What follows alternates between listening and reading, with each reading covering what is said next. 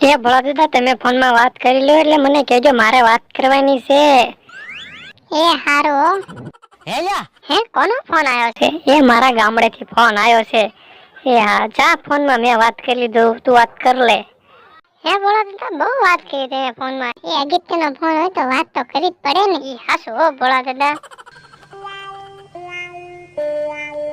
એ ભોળા દાદા ફોનમાં કઈ અવાજ આવતો નથી લાગે છે ફોન કપાઈ ગયો છે. એ ફરથી ફોન લગાડ એટલે આવશે અવાજ. એ હારું. હવે અવાજ આવ્યો. ભોળા દાદા તમારા માણે તો બહુ ફોનમાં વાત કરી.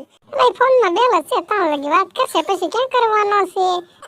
ઈ હાસુ હો ભોળા દાદા. હે ભોળા દાદા રસ પીછો શેરડીનો? એ ના ના ને ખાવાનું હજી બાકી છે અમારે. હે તમારો માણસ તો એમ કેતો તો હજી ખાઈને આયા છીએ અમે. હા પણ ખાઈને જ આયા છીએ પણ હજી ખાઈ જેમ પાછું ખાવાનું છે. એ હારું. હે ભોળા દાદા પાછો ફોનમાં અવાજ આવતો બંધ થઈ ગયો લાગે ફોન કપાઈ ગયો લાગે છે. એ બેલેન્સ ખૂટી ગયું છે હવે ફોનમાં.